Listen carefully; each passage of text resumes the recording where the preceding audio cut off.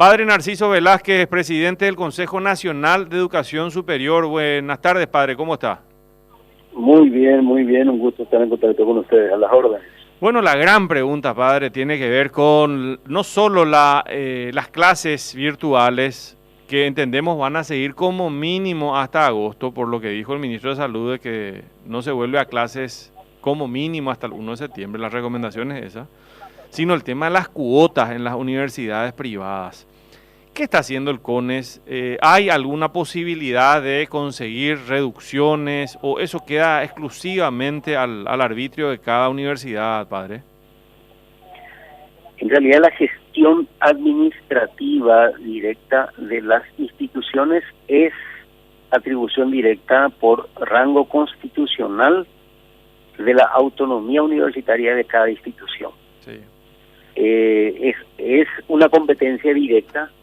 Ellos deben de garantizar que se pueda ofrecer el servicio en la calidad que ellos dicen tener y cumpliendo las exigencias que tiene justamente la educación superior en nuestro país. O sea, reducción de cuota en una universidad privada queda exclusivamente a cargo de esa universidad privada. No hay nada que el CONES pueda hacer para conseguir administrativamente una reducción de aranceles. No hay, porque eso es parte de la autonomía. Sí. Una vez que la institución ha declarado que ese es su arancel y dentro de su arancel directamente tiene todo lo que corresponde a esa exigencia de calidad, ahí pasa a ser un simple informe. Luego la institución está debida justamente a las reglamentaciones tributarias que tiene el país para gestionar definitivamente su cumplimiento tributario y otras como una entidad como tal.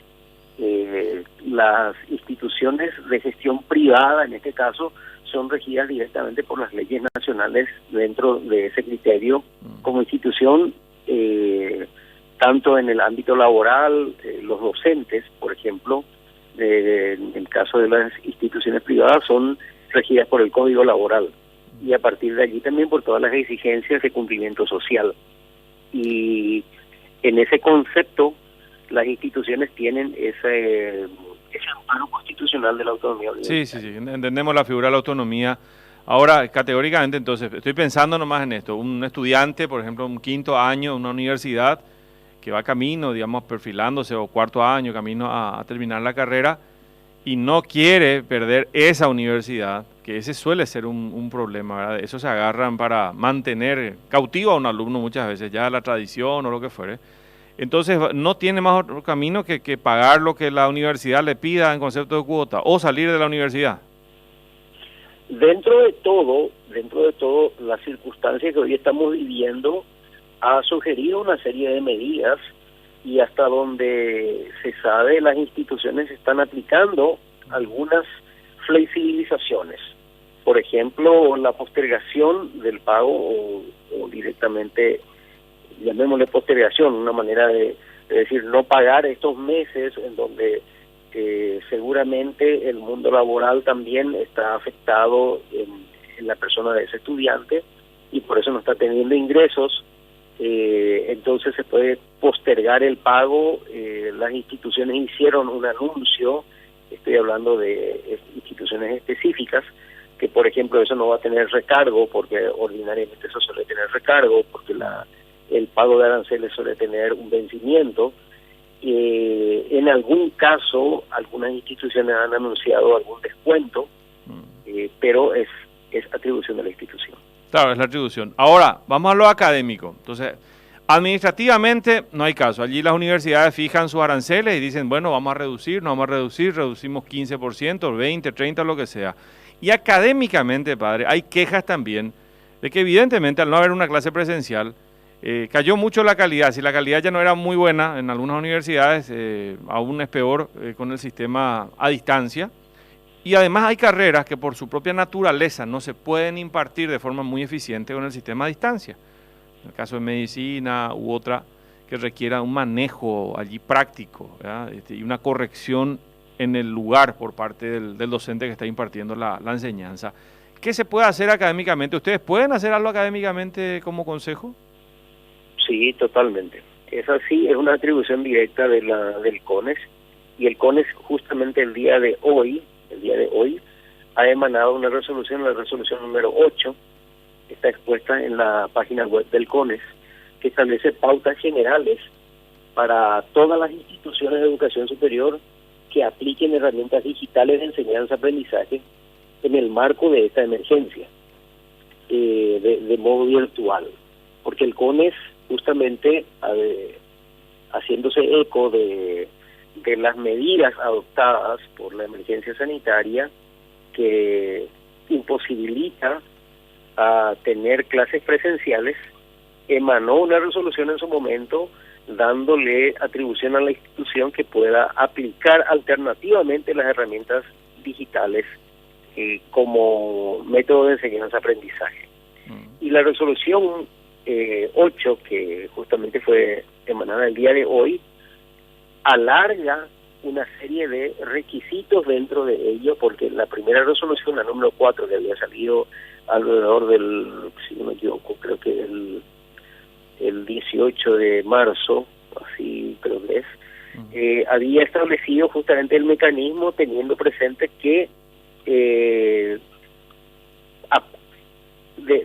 las primeras determinaciones, la cuarentena duraría una semana, y eso después se alargó a otra semana y otra semana, pero a este momento el CONES ya visualiza de que esto se va a extender, y bueno, ahora ya tenemos anuncios oficiales, es por eso, pero estoy hablando en el previo. Entonces el CONES justamente determinó unas exigencias directas en donde la institución debe declarar y demostrar la calidad de la enseñanza que dice tener en la carrera o en las asignaturas que se responsabiliza seguir desarrollando. También la resolución 8 le da la posibilidad a la institución de decir que no tiene posibilidades de seguir, y en ese caso el CONES le va a declarar como inactiva. Sin embargo, está previsto en ese caso que la institución oriente al estudiante cuál es el camino que puede seguir, que le puede congelar, valga la palabra, su matriculación, le puede cancelar si es que el estudiante prefiere salirse e irse a otra institución donde va a continuar, y que si eventualmente el estudiante tiene otra opción, debería de arreglar eso con eso. Y eso está dentro de la normativa del CONES. Pongo un ejemplo, padre, perdón. El estudiante de una carrera que, bueno, iba a la facultad y estaba bastante conforme con su carrera, se da cuenta que esta universidad cayó muchísimo, que ya el sistema a distancia evidentemente no es lo mismo, pero que además la propia universidad está fallando. ¿Qué le queda? ¿Qué hace? ¿Una denuncia al CONES? ¿Pide la intervención?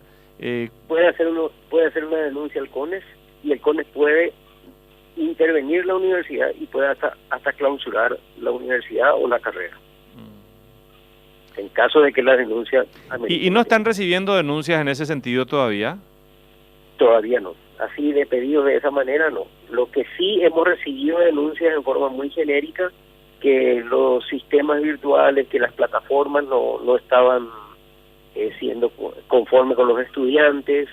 Hay muchas quejas sobre el tema de la conectividad, que las plataformas caen, que no soportan los dispositivos que se tienen, así en forma muy genérica. Pero, repito, el escenario es muy diverso de la primera resolución que a la resolución actual.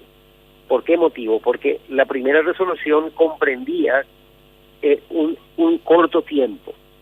La resolución actual ya establece el mecanismo como que la carrera se puede desarrollar de esta manera a lo largo de este año lectivo, y en ese sentido la exigencia es mucho mayor.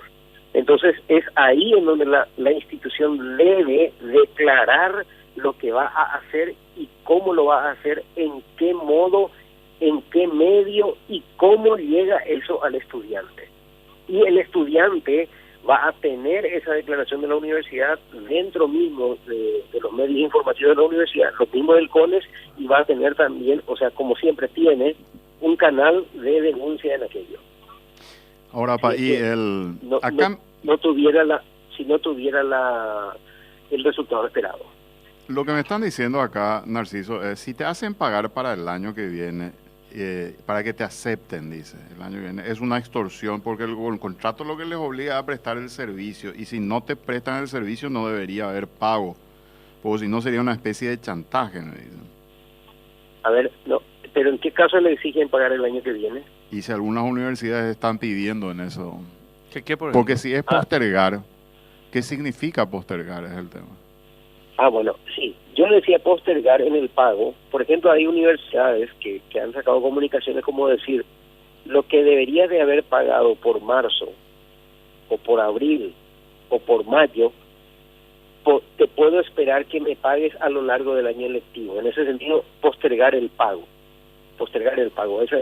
Ahí uso la figura postergar.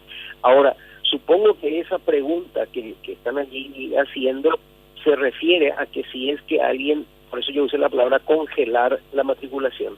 Vamos a suponer que yo pagué mi matrícula del año 2020 y no estoy conforme con lo que ahora me está dando la universidad porque no era lo que yo esperaba. Entonces, la universidad puede ofrecerle al estudiante, yo no tengo problema, tu matrícula de ahora te puedo congelar y te puedo hacer valer para el año 2021, en donde supongo que ya vamos a volver a la presencial, y si me pagaste marzo y si me pagaste abril, te puedo considerar esas dos cuotas para el marzo y abril del año que viene, en ese sentido. Pero ahora, mientras eso, haya cursos que no sean presenciales y las clases continúan, las cuotas que se pagaron no serán acreditadas para ningún momento ya, o sea, ya se pagaron, ya se cobraron. Claro, lo que se cobraron, a no ser que el estudiante no esté conforme, entonces tiene que abrirse necesariamente a una conversación con la institución. Y si es que la institución no logra un acuerdo en congelarle la cuota, ¿por qué no? El estudiante puede pedir también la devolución de aquello que ha pagado. Eso incluso está dentro de la defensa del consumidor, dentro de las leyes de la defensa del consumidor, porque si yo he pagado por un producto y ese producto no viene a mí, si es que la universidad acepta que eso es así, evidentemente que está dentro de esa ley. Sin embargo, hay que entender muy bien que esta pandemia en la cual estamos hoy no es culpa de ninguna de las partes. Ahí la situación de pandemia suele ser considerado dentro de las letras pequeñas de los contratos que uno paga. Está justamente contemplado allí porque eso evidentemente en el compromiso de uno u otro siempre está previsto. ¿Qué quiero decir con eso? La institución educativa, en este caso, ha recibido el pedido de tantos estudiantes para desarrollar las clases. Y a su vez la institución ha contratado a un grupo de personas para que desarrollen esas clases, que son los docentes. Y esos docentes están regidos por el Código Laboral directamente, son empleados de la universidad. Y la universidad aparece como una patronal, incluso está inscrito en el Instituto de Previsión Social como tal. Los y hay docentes, una relación allí. Sí, perdón, Narciso, algunos docentes fueron desvinculados. Y que yo sepa en este momento, así como denuncias no tengo, pero sé que hay instituciones que han dejado de funcionar, por lo menos por anuncios periodísticos, pero oficialmente al CONES no ha llegado ninguna comunicación. Pero de hecho luego, padre, hay universidades que pagan conforme las horas efectivamente impartidas de clase, es decir, que no tienen luego un régimen de dependencia de los profesores. Te cuento, pues me constan varios casos de personas a las que le pagan solamente cuando van a dar clase, inclusive si le toca un feriado, ya directamente no cobran, no son mensualeros, son casi jornaleros de la educación en este caso. Bueno, esa es una situación irregular. Es una situación irregular porque estamos hablando de profesores que hacen un trabajo permanente en la institución. Otro es un docente que fue contratado exclusivamente para desarrollar este módulo por este tiempo, digamos así, porque es un docente aleatorio, porque la universidad tiene un curso ahora que va a desarrollar, normalmente eso ocurre en el posgrado. El posgrado comienza y termina y con eso terminó el curso. Por eso es mucho más corto y normalmente son modulares.